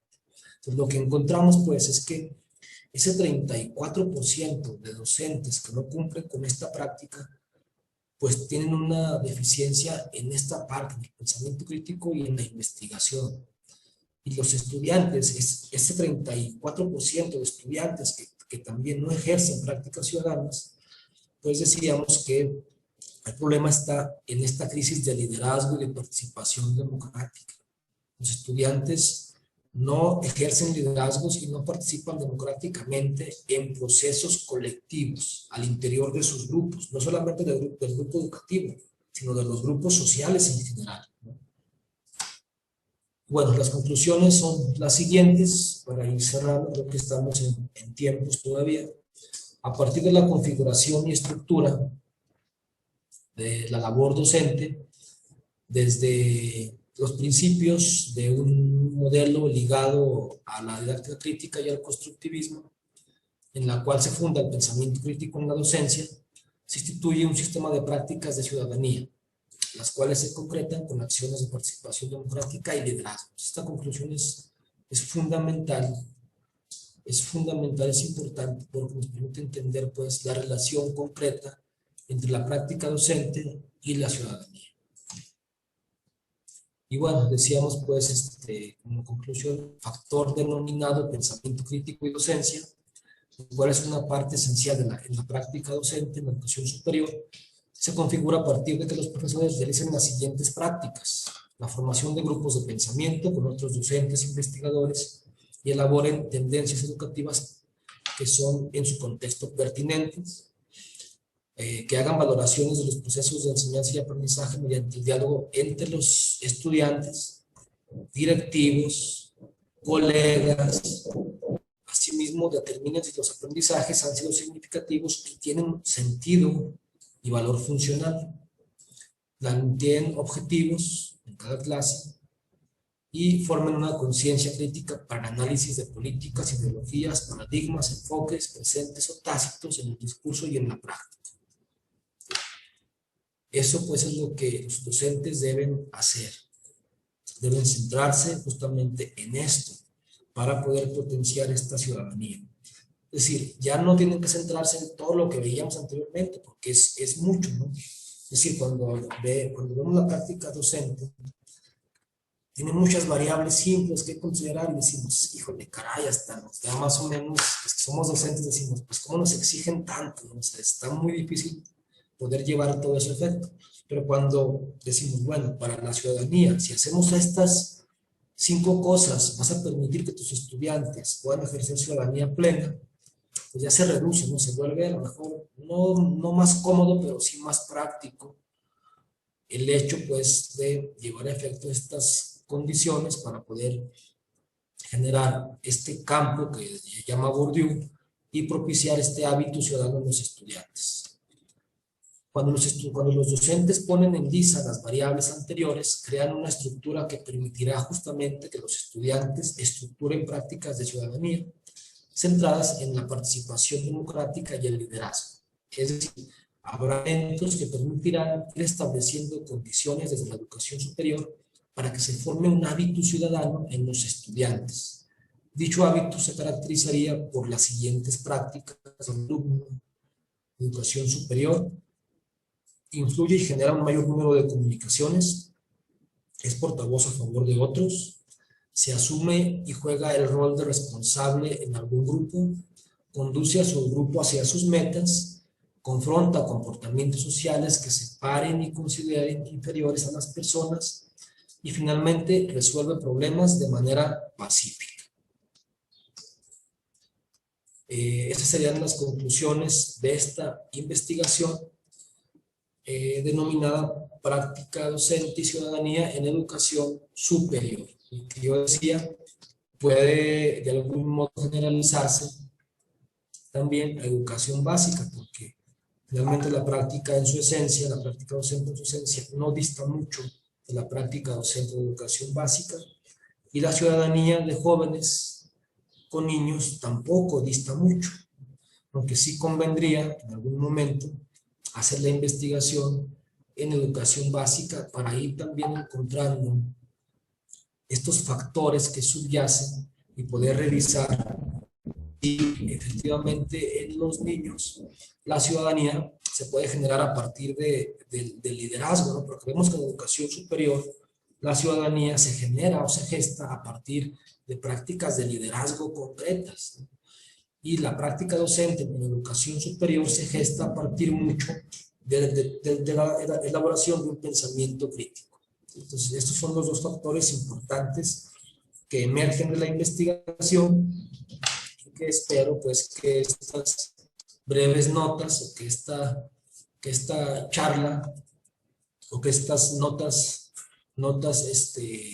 concretas pues les hayan dado información para ir comprendiendo o para ir un poco más criticando la propia práctica docente, más aún cuando pues es su vocación o su profesión, ¿no? Bueno, pues con esto yo estaría terminando. Creo que en los tiempos establecidos, los tiempos que nos marcaron los que organizan, y bueno, pues no resta más que volver a agradecerle al auditorio que el día de hoy nos acompaña, pero también agradecerle de manera muy específica al cuerpo académico Ciencia y Tecnología en el aula y formación docente, conformado por la doctora Nancy Mendoza González, la doctora Teresa Ordóñez Suárez, la doctora Cintia Buitrón Barranco, el licenciado Gabriel Molina Vázquez y, por supuesto, el doctor Luis Macario Fuentes Favila, quien fue quien me invitó a compartir el día de hoy estas notas con ustedes. Los felicito, amigo Luis, por este esfuerzo tan importante, por este esfuerzo extraordinario. A mí me ha tocado también ya estar coordinando con congresos y sé el trabajo y la gestión que esto conlleva. Por ello mi reconocimiento para todos ustedes, para todas ustedes, y también, por supuesto, mi reconocimiento para la normal de Atlacomulco, profesora Evangelina Alcántara Díaz, y para el director de esta noble institución, licenciado Juan Jesús Peña Sotelo. Muchas gracias a todos y estoy aquí al pendiente de las dudas que puedan generarse. Buen mediodía, buenos días. Doctor Jasso, agradecemos su asertiva y enriquecedora participación, tanto así que ya tenemos una considerable lista de preguntas. Así que a fin de convertir esta disertación en una experiencia más provechosa, iniciamos con la sección alternando preguntas que surgieron en esta sala de Zoom y las que han llegado de nuestra audiencia a través de YouTube. La primera pregunta es de la doctora Mercedes Patricia Mercado, que dice: ¿cómo la posmodernidad afecta la práctica docente en los formadores docentes y en los estudiantes? Y otra pregunta es: ¿cómo empoderar a los estudiantes para que en la relación que se desarrolla en la práctica docente, contenidos y docente, deje de ser como subordinado solamente? Sí, muy bien. La primera pregunta, el tema de la posmodernidad. Bueno, en el tema de la posmodernidad, que es una categoría de análisis de la filosofía educativa o de la filosofía en general, bueno, acá la cuestión es que vemos pues que la posmodernidad es la crisis de la modernidad, y justamente pues eso más o menos va cambiando las formas sociales, culturales y hasta económicas de intercambio al día de hoy. Entonces, más allá de que el docente sea un sujeto pues influido por la posmodernidad, que sí lo es, más bien el docente debe reconocer las características y condiciones posmodernas para poder entender a los estudiantes, porque tenemos estudiantes posmodernos, pero algunos docentes todavía somos modernos, ¿no? Entonces no debe quedarse la reflexión del docente en este pensamiento moderno. Tenemos que, decía, el factor justamente que encontraba yo acá en mi investigación es que el factor del pensamiento crítico ligado a la investigación nos permitiría reconocernos como sujetos tal vez modernos, pero en una condición de escuela posmoderna. Y justamente esta relación que tenemos espectral el día de hoy es una condición posmoderna, incluso no es parte de la crisis de la modernidad, parte de la crisis de valores sociales, parte de la crisis ambiental, parte de la crisis de salud. Por eso el día de hoy estamos en esta relación espectral, pero más allá pues de tomarla críticamente, pues debemos más bien tomarla con una conciencia crítica.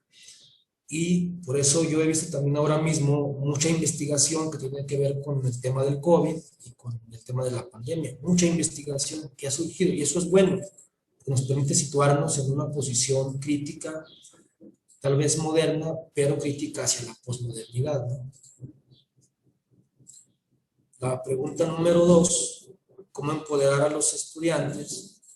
¿Cómo formar estos sujetos que tengan pues condiciones de empoderamiento? Pues la respuesta también la da la propia investigación. La única forma de ser sujetos libres, pero de ser sujetos libres de manera solidaria, porque también una premisa importante es que la libertad o el empoderamiento se alcanza cuando somos libres. Pero la libertad no se entiende como una libertad solitaria, sino como una libertad solidaria. Cuando las instituciones están bien conformadas en marcos jurídicos, nos dan libertad. Cuando andamos en la calle y nos sentimos seguros a partir de estas condiciones institucionales que nos brinda el sistema jurídico, nos sentimos más libres. Cuando no tenemos condiciones institucionales, nos sentimos inseguros. Entonces, la libertad es solidaria cuando generamos un mayor número de relaciones. Y este mayor número de relaciones se genera cuando ejercemos liderazgo real y efectivo. Entonces, el liderazgo real y efectivo nos permite empoderarnos, nos permite generar libertades solidarias, nos permite asumirnos como sujetos ligados a un sistema jurídico regulado por instituciones, pero también nos permite asumirnos como sujetos interdependientes de unos con otros. Gracias. Los siguientes cuestionamientos son de Elizabeth Contreras Aguirre. 3, les doy lectura y usted me dice si le repito alguno. Sí. Número 1, ¿qué tipo de saberes docentes se manifiestan o son evidentes en los documentos recepcionales de los alumnos normalistas de México? 2, ¿cuál es el nivel de fortalecimiento y construcción de estas habilidades intelectuales evidentes en los alumnos normalistas? Y la tercera, ¿cuáles son las áreas de oportunidad en el acompañamiento y asesoría para los catedráticos normalistas? Quedo al pendiente de alguna duda. Sí. Bien, sobre la primera duda, saberes docentes. Bueno, ahí más que saberes docentes, lo que plantea la investigación justamente son, de entrada, reconocer los tipos de docentes que podía haber, y decíamos que había docentes de un paradigma tradicional, o modelo tradicional, docentes de escuela nueva, de escuela tecnócrata, de escuela crítica y de escuela constructivista. Entonces, de entrada acá, tendríamos que ubicar a un docente en México ligado a un paradigma de escuela crítica y constructivista, ¿no? Una pedagogía crítica y constructivista de entrada, y eso conlleva pues algunas cosas interesantes. De entrada pues un docente constructivista es aquel pues justamente que de entrada conoce estas teorías que conforman el constructivismo, estas teorías psicogenéticas, cognitivas, socioculturales, pero también tienen la capacidad de ir generando este pensamiento o pedagogía crítica. Entonces, de entrada, eso sería importante en estos saberes docentes, que más que saberes son más bien prácticas, ¿no?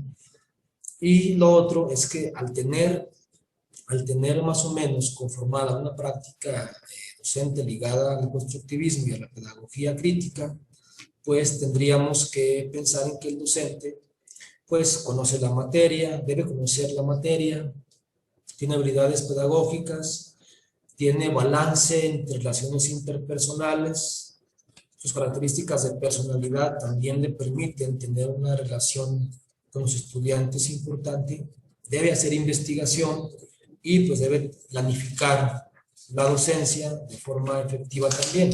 Entonces, ahí lo que tenemos que precisar más bien es que cuando se diseñen los currículum de educación para la educación normal, pues debieran pues contemplarse desde una fuente socioantropológica, debiera contemplarse qué tipo de maestro debiera formarse bajo el contexto actual, ¿no? Creo que luego ha habido muchas reformas en educación superior normalista que justamente van hacia allá. Yo la verdad no sé mucho de planes y programas de educación normal porque estoy más bien orientado, centrado en otro tipo de educación. Yo trabajo en psicología educativa, pero te puedo comentar pues que desde mi experiencia y desde esta investigación, pues los saberes tienen que ir orientados hacia allá, hacia el constructivismo, la pedagogía crítica y hacia estas variables que te di hace un momento. La pregunta número 2, esa no alcancé a apuntarla, ahorita me la recuerdas, pero voy hacia la pregunta 3, que habla de áreas de oportunidad del catedrático normalista. No sé si se refieren al maestro o a los que se están formando. Al maestro normalista, quiero pensar que es al maestro normalista, porque al llamarle catedrático normalista, quiero pensar que es en serio. Bueno, ahí las áreas de oportunidad, como ya lo comentaba acá, lo que yo encontré en la investigación, es que hay una área de oportunidad muy importante en los docentes de educación superior de cualquier institución, porque se puede generalizar, los resultados de una investigación deben ser generalizables, si no, entonces no cobran relevancia. Lo que yo encuentro es que el área de oportunidad del docente universitario es la relación entre la docencia y la investigación. Eso es lo que debe trabajarse en los docentes de educación superior. Y en ese sentido, pues, las áreas de oportunidad tienen que ver, pues, con que el docente no elabora un discurso educativo todos los días. El docente no construye teorías respetando el vientre cultural. El docente no lucha contra la rutina, no forma conciencia crítica, no forma con otros grupos docentes, investigadores, grupos de pensamiento. Eso es lo que está pasando y esas son las áreas de oportunidad en las que se debe propiciar un mayor trabajo, según los resultados de mi investigación. No estoy diciendo lo mejor que, pero según mis resultados y con esta evidencia empírica, eso es lo que yo encuentro. Sí, gracias. El cuestionamiento 2 decía, ¿cuál es el nivel de fortalecimiento y constitución de estas habilidades intelectuales evidentes en los alumnos normalistas? Bueno, yo creo que el nivel pues, está muy ligado también, decíamos, al campo, ¿no? Desde lo que plantea Bourdieu, a este campo escolar, pues, y en ese sentido, pues, está también muy ligado al nivel de los docentes normalistas. Creo que esa sería la relación en todo caso, ¿no? Si un docente, decíamos, si un docente de educación superior más o menos tiene una práctica bien fundada en lo que decíamos en el modelo de pedagogía crítica o en el modelo constructivista, pues va a ir propiciando que los estudiantes también tengan un buen nivel, los estudiantes normalistas tengan un buen nivel y pues vayan elaborando pues estas competencias que van a permitir, estas competencias docentes que van a permitirles ser docentes funcionales en un sistema educativo que está a merced de un mundo globalizado.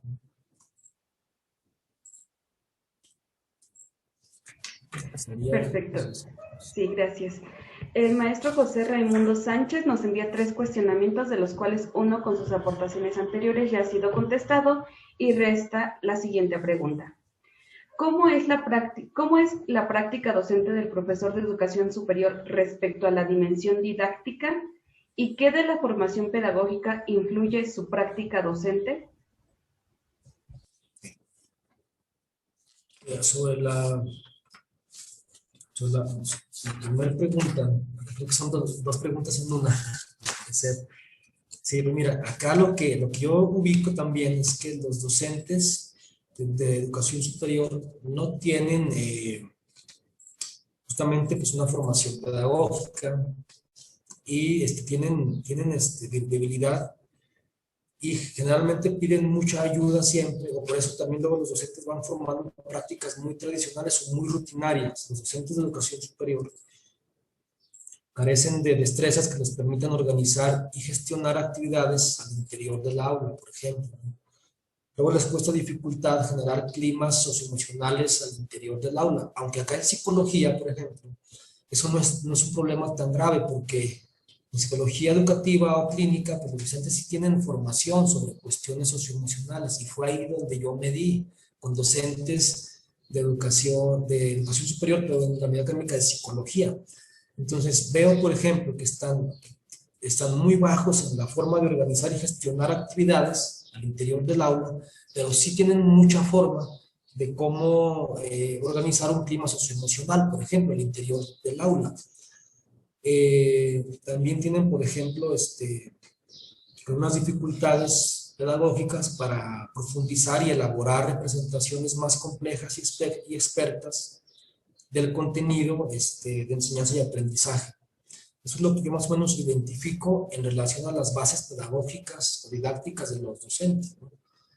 Y la otra pregunta, ¿me puedes recordar? ¿Me puedes repetir otra vez?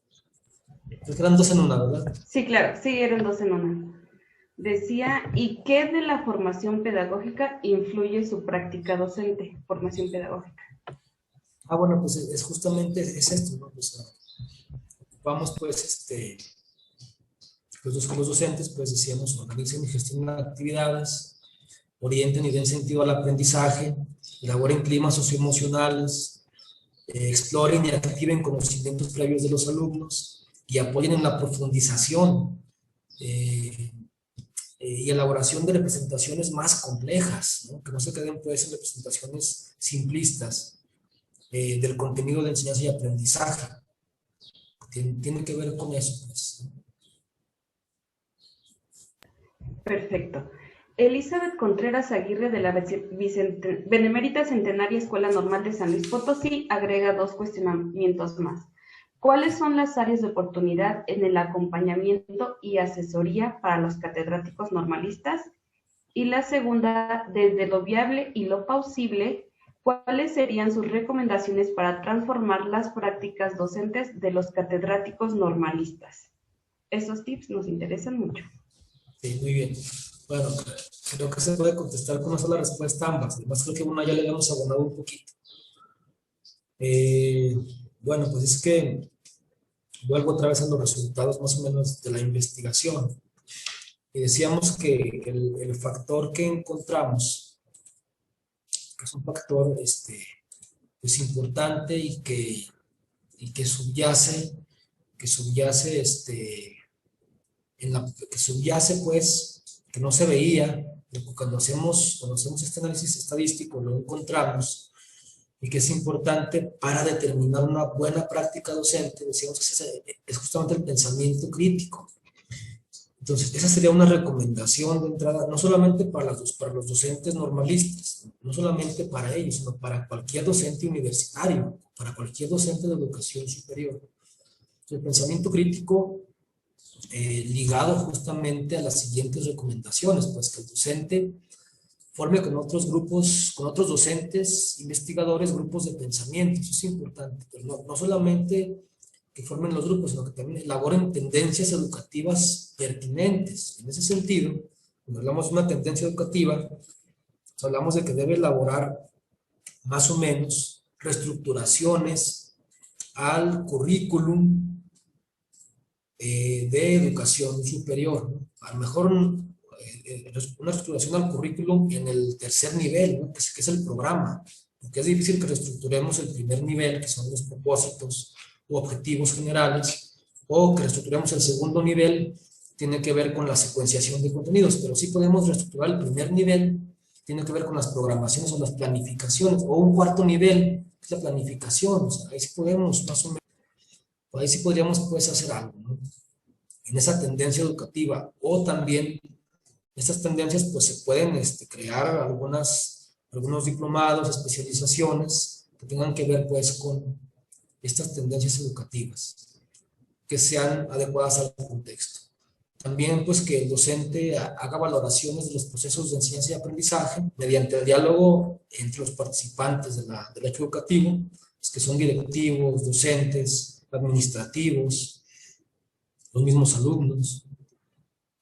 Pues también como parte de este pensamiento crítico, la recomendación es que el docente determine si los aprendizajes han sido significativos y tienen sentido y valor funcional. Por ejemplo, no sé a cuántos de ustedes les pasó, yo pues en la primaria o secundaria me sabía pues todos los ríos del país, ¿no? Casi todos los ríos del país, pero pues nunca fui a pescar a uno. Nunca ocupé, pues, de ir más, nunca he ido a pescar a un río, no los conozco, ni siquiera tengo el dinero para salir a conocer esos ríos, ¿no?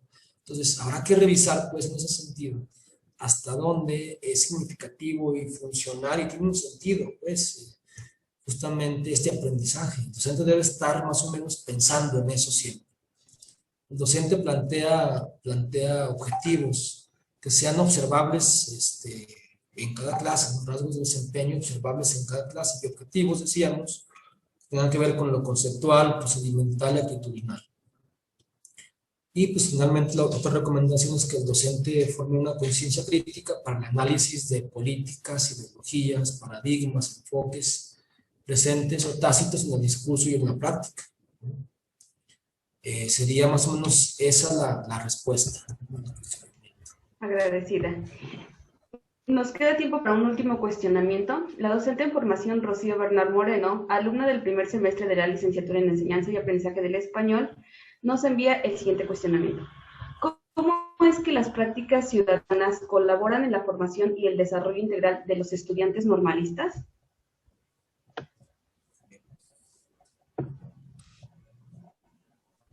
Esa es una excelente pregunta, esa es una buena pregunta. Y bueno, las prácticas ciudadanas justamente vienen a conformar más o menos esta esfera, lo que conocemos como la parte actitudinal de la formación, ¿no? Pero también está ligada a la parte procedimental y a la parte conceptual. Entonces, la ciudadanía nos ayuda o ayuda a los estudiantes normalistas o a cualquier estudiante de educación superior, pues justamente ayuda a insertarse de manera efectiva a la sociedad. Pero también la ciudadanía ayudaría justamente a convertirnos en sujetos sociales funcionales en los diferentes grupos a los que pertenecemos. Cuando un sujeto social es funcional, se integra a los diferentes grupos, tanto formales como informales, de manera efectiva. En los grupos formales puede integrarse de manera efectiva en grupos escolares, grupos laborales, grupos deportivos, incluso pues grupos hasta religiosos, siempre y cuando sean formales, ¿no? En los grupos informales puede integrarse de manera funcional en los grupos de amigos, en los grupos familiares o en grupos llamados, desde lo que Didier Ansiu, pandillas, que son grupos que se reúnen para satisfacer cuestiones más bien personales o placenteras, ¿no? Entonces, si el estudiante va formando estas prácticas ciudadanas, puede integrarse de manera funcional en los diferentes tipos de grupos.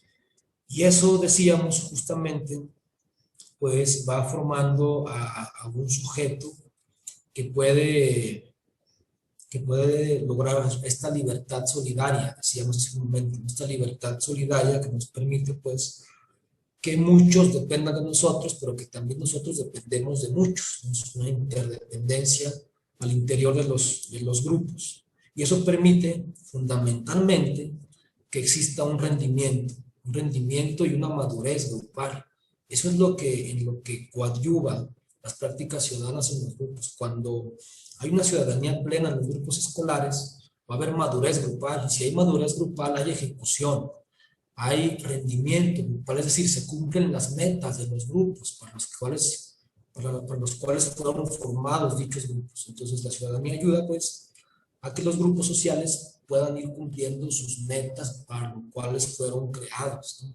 Además, que los grupos rindan, porque la ciudadanía, pues, decíamos, está ligada al liderazgo, a la cohesión, a la comunicación, a la estructura grupal, y dentro de la estructura, pues, está ligada al juego de roles, a la posición, a las leyes, a las normas. También está ligada a la influencia social, al adoctrinamiento, a la persuasión, a la imitación, sugestión. Bueno, la ciudadanía pues está ligada a todos los fenómenos grupales. Y eso pues permitiría que seamos funcionales y permitamos que los grupos alcancen sus objetivos y tengamos un rendimiento, y que llegado el momento los grupos puedan disolverse con éxito. Sería en ese sentido. Muchas gracias. Eloísa Iris Arreola Cruz, de la Escuela Normal de Atizapán, hace llegar a su persona una felicitación, comentario asertivo que sin duda alguna compartimos todos nosotros. Y menciona además que ha sido una conferencia enriquecedora que aborda contenidos que suman al desarrollo de prácticas docentes exitosas. Cedo el uso de la palabra a mi compañero maestro Gabriel Molina Vázquez para el cierre respectivo de la primera actividad de esta segunda jornada en el marco del 61º aniversario de esta casa de estudios. Muchas gracias, ha sido un placer. Gracias, maestra Cintia. Agradecemos infinitamente la disposición que ha tenido el doctor David Jasso para compartirnos su experiencia sobre esta temática abordada el día de hoy.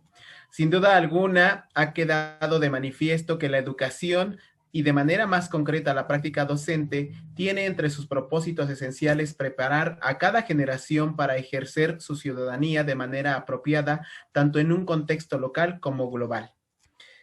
Como siguiente acto, Se hará entrega simbólica de la constancia al doctor José Luis por su brillante participación. Cabe resaltar que el comité organizador del Congreso le hará llegar este documento al doctor a la brevedad posible. Bien, como podemos apreciar, el documento dice a la letra: la Escuela Normal de Atlacomulco, profesora Evangelina Alcántara Díaz, otorga la presente constancia al doctor David Jasso Velázquez por haber impartido la conferencia Práctica Docente, Ciudadanía y Bienestar Subjetivo en el Congreso Desafíos Contemporáneos en la Formación Docente, dictada el 23 de febrero de 2021 en el marco del 61º aniversario de la fundación de esta institución. Está firmada por el licenciado Juan Jesús Peña Sotelo, director escolar, a quien precisamente cedo el uso de la voz para dirigir unas palabras a la audiencia. Adelante. Muchas gracias, maestro Gabriel. Buenos días a todas, a todos. Doctor David Jasso Velázquez, a nombre de la comunidad educativa de la Escuela Normal de Atlacomulco, profesora Evangelina Alcántara Díaz, le hacemos la más extensiva de los agradecimientos por haber compartido sus experiencias. Muchísimas gracias. Esperemos que estos lazos de amistad se fortalezcan y en un futuro podamos contar con usted. Muy amable, excelente día para todos. Muchísimas gracias. Genial, muchísimas gracias, señor director. Y pues nuevamente reciba nuestro reconocimiento y un aplauso virtual por su destacada participación, doctor David. Y es así como de esta manera llegamos al final de esta primera actividad del día y los invitamos a integrarse en unos momentos más a las demás actividades organizadas en nuestro Congreso. Que sea un excelente día para todos y hasta pronto.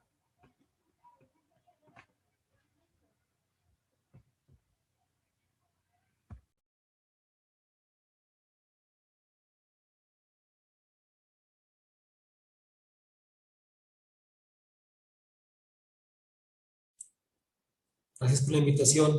Buen día a todos. Hasta luego. Hasta luego, excelente día.